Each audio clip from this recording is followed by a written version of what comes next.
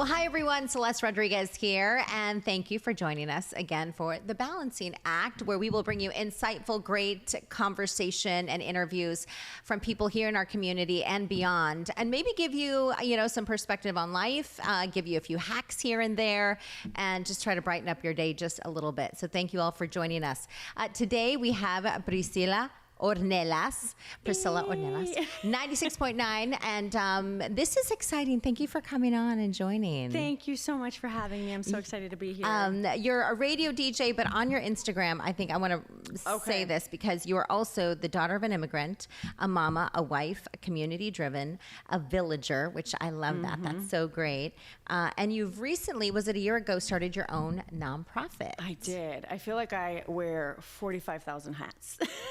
Like everybody, like every mama out there, you know? It's actually kind of crazy because the whole concept of me even starting a nonprofit kind of came like by chance, and it was just on a whim, and I had zero thought behind it, honestly. Like, it was messy action to the 10th power, and it has blossomed into like one of the most beautiful things I've ever done. So I'm really excited about it. I love it, and we'll get back to that in a little bit because it's about quinceañeras and helping young girls kind of like I guess blossom. Yes, that's one of the elements, is our annual charity gala that just passed a couple weeks ago, and it was incredible. Oh, that's so awesome. Okay, tell us about your day job. Okay. Other than mama. We'll get to that in a second. Okay, so day job is, like you mentioned, Mix 96.9, and I also do middays on Kiss FM, on 104.7 Kiss FM. Oh, wow. So I'm on both stations, so if you're like at work during the day and then driving home, just flip back and forth. But yeah, it's a lot of, the broadcasting world, meeting with listeners, doing concerts, being on social media. It's that kind of like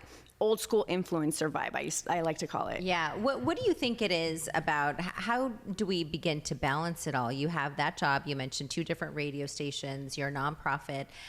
Let's talk about your family. And you are the mother of a college-age I know. daughter. I have a 20-year-old. You look amazing, by the way. I remember when you told me that, I was like, I cannot believe this. Thank you, girl. Years of skincare. Okay. I'm just kidding. Yeah. So my oldest is 20. So here's the crazy thing. Because not only do I have my oldest who's 20, I had her when I was 18. So I was a baby. And then I have a younger daughter who's 9. So I wouldn't even say raising them because my oldest has already moved out. But just being a mom to them in different capacities, it's such an interesting challenge that I'd never even thought about. You know what I mean? And I think balancing, you mentioned like the different age groups, that's challenging because you think you're through one stage of life and you're back to square one again. 100%. And also first of all, you parent each kid differently based on personality. Yes. And then you parent each kid differently based on gender. And then you parent each kid differently based on like age. So it's like, studies even show no kids in the same household ever have the same childhood because they get different versions of us. And no one told me that about parenting. Well, and I think it's funny, like when you hear your kids say, well, that didn't happen with that kid, or that didn't happen with my sister or my brother. And it was like, well, you're different. So my oldest daughter says that a lot. And I call her out for it, actually. And I was like, girl, yeah, because I was 18 and I was a mom when I wasn't supposed to be. I was like, and we have heart-to-hearts in the most like gentle, nurturing way. I'm like, you have to let me be different for your little sister. You know what I mean? Like, I'm sorry, I wasn't like, you were a trial and error. Yeah. But, with your little sister, I know better now, so I want to do different with her. And I think part of you growing up is being okay with her getting different treatment. And not in a way where like she's, better or I love her more, but more so like, okay, I'm older now, I have different tools, I'm not the same mom I used to be, so let me at least help one kid be better.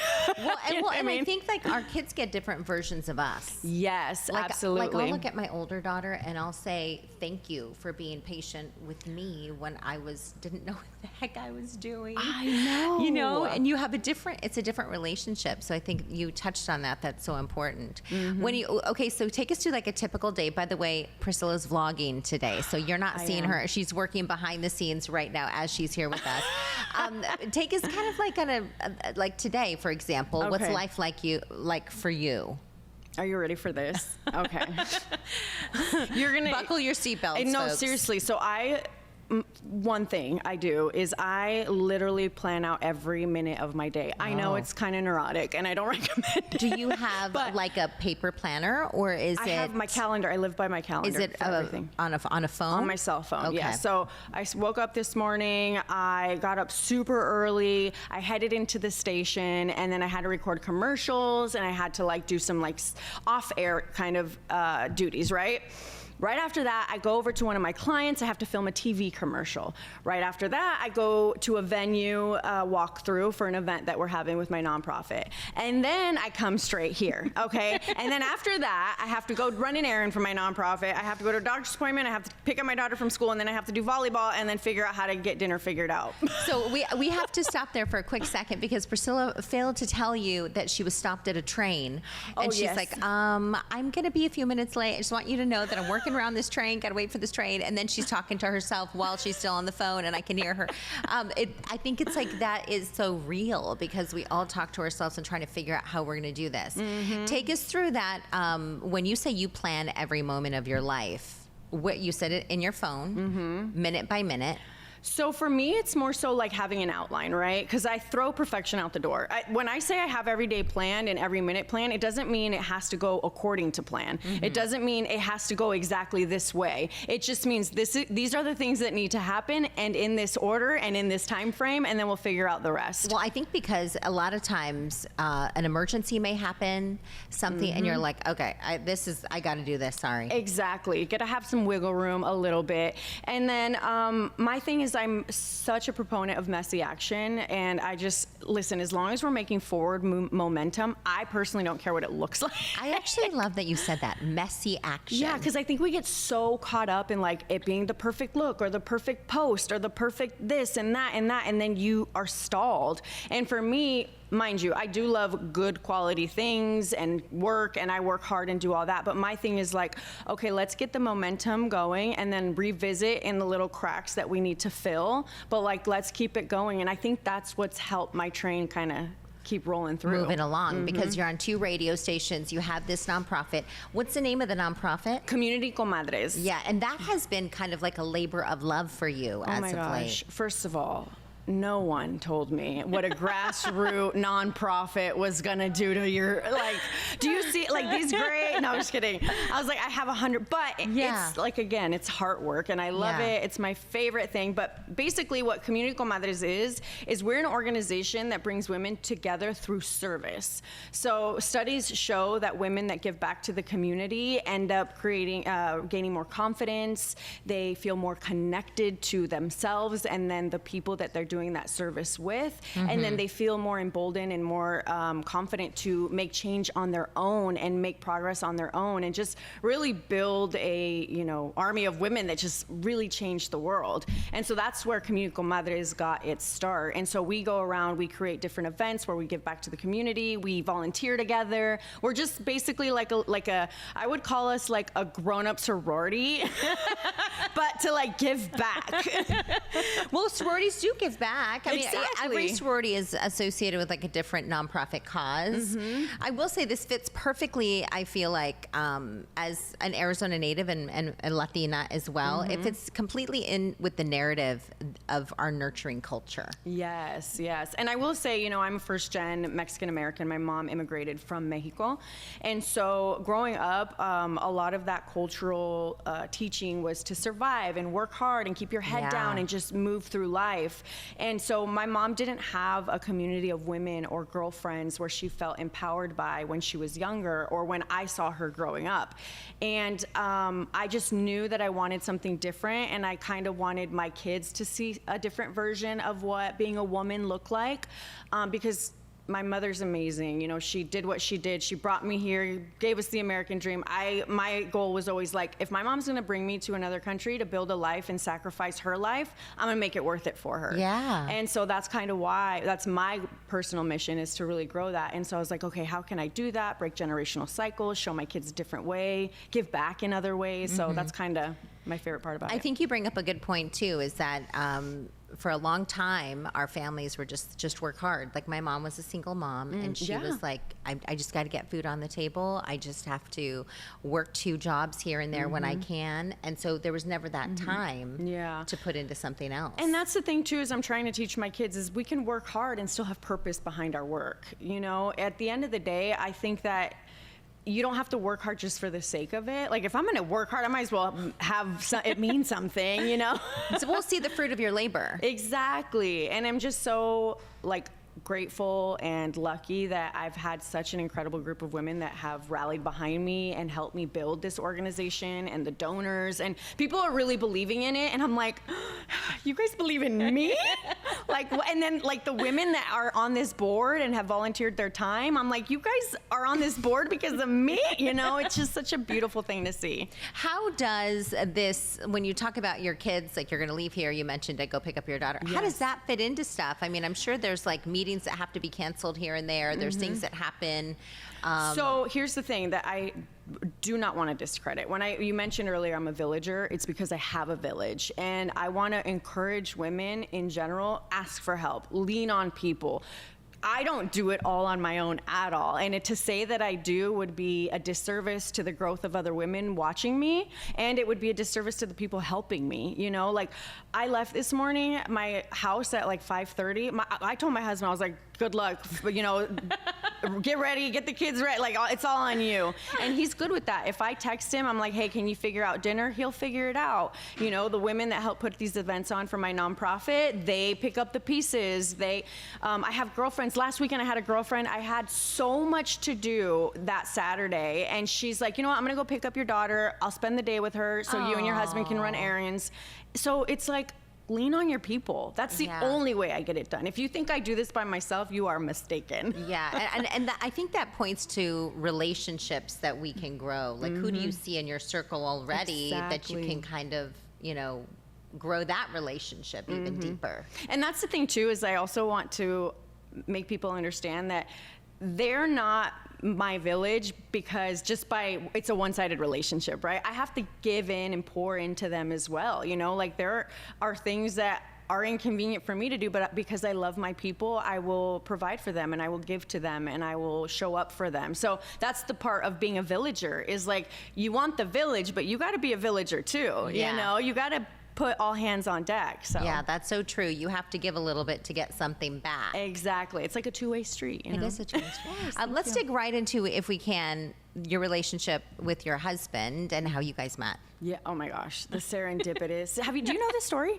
I don't know if I know the story. Oh my gosh, I don't know if you ever told me ready that. To rock your when we world. get together, we usually chat about our kids and the craziness around it. So my husband and I met in Las Vegas. When? But it's not like that. Did you meet and get married the same night? No, girl. I mean, I would have, though. I'm not going to lie. No. So I went to, are you ready? Okay, it's going to be crazy. Okay, so I went to everybody Vegas. sit down, buckle down. Mm-hmm. Buckle up. Get ready for a ride. So I went to Vegas for a bachelorette party. I was not going to go to the bachelorette party, but I rallied the last minute. Oh, and it's meant to be. Okay.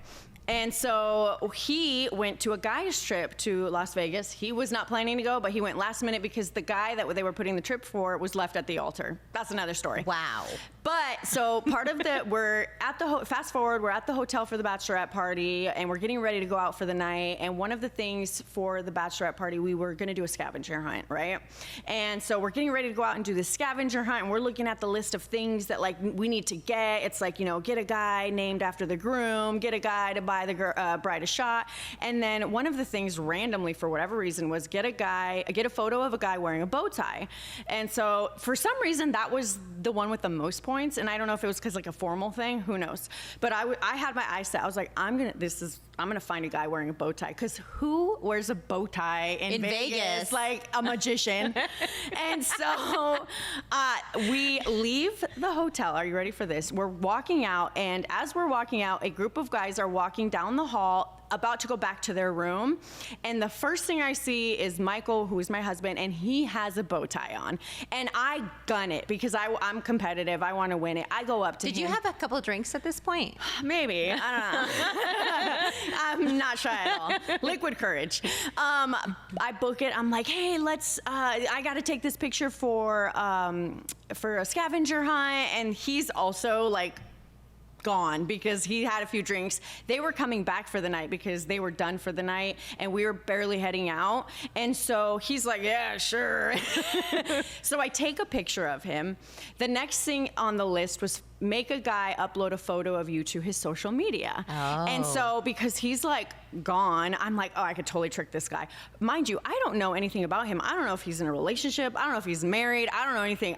This was probably not my proudest moment, but I texted the picture to him and I took his phone. I was like, oh, How did you get his phone number? That just was like a part of the thing? Yeah, honestly, that's a little bit of blur, honestly. But I was like, hey, let me make sure you got the photo. And I like hurried up and went on his Instagram and I uploaded the photo and I captioned it, met my future wife in Vegas.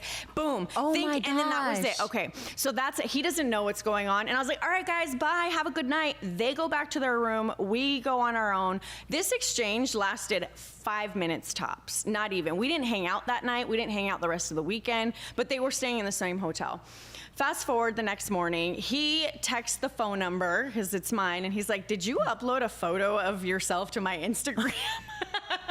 And I was like, oh, so sorry about that. Like, didn't mean to. It was part of the scavenger hunt. You're like, you can erase it. Yeah, so take obviously it down. He deleted it. And then he's like, weird question, but do you guys have any Tylenol?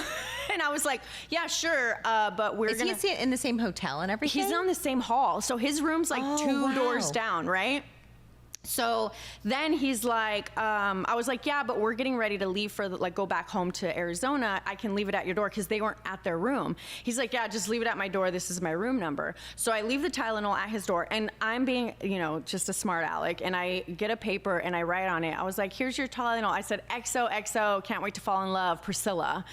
And then I'm literally thinking, I'm never going to see this guy again in my life. And so we're on our way home. They're finishing their weekend. Later that day, he sends me a text. He's like, haha, got your note and your Tylenol. And then we started chatting. He lived in California at the time. I was in Arizona, and we talked long distance for like 3 weeks. Through just like, hey, how's it going? Or what are you doing today? Like that type of stuff. Like text and we'd talk on the phone. And then finally he's like, hey, I want to come see you. And I was like, ew, no. I'm gonna have this random guy come visit me.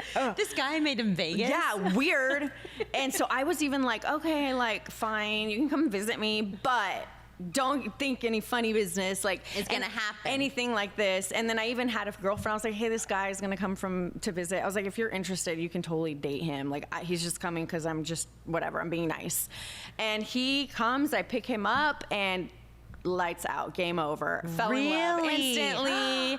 I was like head over heels, and that was 12 years ago. Wow. So you pick him up at the airport, and at that point, are you like, oh, this guy's kind of cute? I think I started liking him because when I first met him, I don't think I was very interested. I just thought he was just a random guy. You just wanted to win the game. Exactly. And then over us talking over the course of a few weeks and on the phone and late night talks, you know how that goes, I started catching feelings. And then when I saw him in person again, I was like, swoon. I was like, oh my gosh, you're so cute. But I think you guys had like an emotional connection over the phone first. Maybe that like helped. Absolutely, because then he felt the same way about me, and so we dated long distance for like 8 months, and then he moved to Arizona, and it's been game over since. Wow. So I know we had a daughter together. My oldest, I was a single mom at the time. Yeah. He has taken her in as his own, and she calls him dad, and so it's just been, honestly, it's worked out very nicely. So that whole crazy situation, how it started. Now, when you look back on it, are you like, oh my gosh, it's meant to be? 100%. Yeah. And I don't know if I've ever thought like soulmates was a thing, but I know my husband and I were always meant to kind of find each other. I feel like we knew each other in a past life, and then we're like, let's promise to find each other in the next one. Are you kind of a risk taker by nature? I'm not a risk taker, but I am a very vocal, direct, I don't overthink. I just do. And so I didn't think twice about calling someone out. I don't think twice about, sometimes it gets me in trouble, I'm not gonna lie. I probably should pull back a little bit. But it's part of the reason I feel like I've been able to do so much. Well, and I think you bring up a good point, because I think that is what a lot of people need. You were talking about being a part of a village, about having a really good person who's there to support you. Yeah. With the kids and work and everything like that. We don't do it alone. Exactly. I know. Tell us more about the community Comadres and specifically your quinceañera. This is the third year? So our second year. It just passed. Yes. And we had over 400 attendants. Wow. We had 3 quinceañeras, and basically a community quinceañera, you know what a quinceañera is. Yeah. But the charity gala specifically is to, one, bring together people in the community, because here's the thing. Sometimes these red carpet fancy events are out of my tax bracket. So I wanted to create a special event that our community felt welcome to, because I've always said, I'm like, why can't I be in that room? Yeah. Why am I not able to wear a fancy gown and, network with incredible people? So I wanted to create that space first and foremost to bring the community together. And then I'm like, okay, let's bring the community together, not just for a fancy party, but for a reason. Yeah. And that was to raise scholarship money for these girls and then give them that traditional quinceañera. So the charity gala is a quinceañera all at once. And so girls get to go to college, and then they get this special, celebration of a quinceañera. And it's all these companies who are coming together. They sponsor different things, and they're donating money. How much of a scholarship are they getting? So right now, here's the jump, because the first year we had one quinceañera and we gave her $5,000, which is great. It's a lot of money. Which is good for our first year, inaugural year. But this year, in 1 year, we've been able to up it to 3 quinceañeras, and they still each get $5,000. Oh, that's awesome. My goal is to ultimately have 5 girls and they all get full rides. Wow. That's the goal. That'll come. It'll come. But right now we're building, and I'm really proud of it. And how do you find the young ladies? They go through a nomination process. So we put out an application, they apply, and then we break it down. We do a whole interview day. They come in, we have a panel of judges. We do the rubric system. It's legit. That is crazy. Yeah. A rubric system? Girl, yeah. Is that what it is? A rubric? I don't know. Rubik's Cube? So you pick the girls. They're all from the Phoenix area. Yes. And then do they go through interview process with you guys? Yeah. Or? So we select a board of judges. So this year it was 4 judges, and they all come in for a special interview day. And so they apply. We narrow it down to who's going to interview, and then from that interview we select the final 3. And and it's girls between the ages, and honestly, it's any student between the ages of 14 and 17. We made it a little broader, just because if we just made it 15, maybe you didn't get a chance to have a quinceañera, or you're not going to get one. So this is an opportunity for That's that. so cool. I did not have one. Neither did I. Yeah. And so that's so cool that you're gifting it to these young ladies. It's so awesome. I mean, I maybe sometimes pretend it's mine.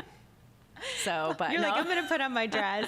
Oh, okay. So, and tell me more also about the young girls. Once they go through the process, they receive the scholarship. Where do they go? Or do you guys help them through that process as well? Helping them plan ahead, or somebody who can talk them through that? Yeah. So what we're working on right now is pretty much a cohort and alumni of girls, and creating a network for these young women, the little comadritas, you know what I mean? So cute. So a lot of these girls already have their eyes set on which college they're going to go to, but if they are still trying to figure it out, we also give them resources for that. So it's really neat, because we have so many women that want to mentor these young girls, and our goal at the end of the day is, part of the reason I want to have multiple quinceañeras is because I want them to lean on each other and create their own little network and their own little community, Yeah, I bet it's neat too for their families to see them go through. So you have, you're here, it's in Phoenix. Yes. At a hall. Yes. And it's decorated beautifully. Oh my gosh. It is black tie affair. Yeah. It is not very fancy. It's not, we didn't allow jeans. Sorry, only. I wore them today. No. But the event, suits and gowns and just very black tie. Because again, we want these girls to know that they belong in this room. Yeah, they deserve to be there. We just have a couple of quick minutes left. If you could share with people out there kind of just something quick on how you balance it, one tip or one thought or, something to inspire folks. You do so much. Yeah. So here's what I tell people is when they ask me, how do you balance it all? My first thing I say, and this is going to sound kind of funny, but I say I don't balance it. I think balance is crazy. To say you balance anything is unrealistic and it's defeating because you try to reach for this balanced perfection and you don't reach it and then you're defeated, right? So what I say is that the parts of your life, sometimes certain parts of your life deserve more attention than others in different seasons. So right now I'm in work mode. So maybe my family isn't going to get as much as me, but I have my people to lean on. But then there are other seasons where it's all about my family and maybe work needs to take a back seat. And that's okay because I have a good support system at work. So that's what the balance is knowing when to jump from bucket to bucket instead of having your hands in all the buckets at the same time. I love that. And you said something too that's going to stick with me, messy action. Yes. Messy action, girl. Let's get it done. It's fine. It's okay if it's messy. Listen, my thing is one of the things I learned is consistency is key. And if you just keep moving, you make a change because so many people get halted and they don't keep it going and then they fall behind. So, well, thank you for joining. Thank you so much for having me. Thank you for being on The Balancing Act. We hope that helped you. Great conversation and thank you for watching.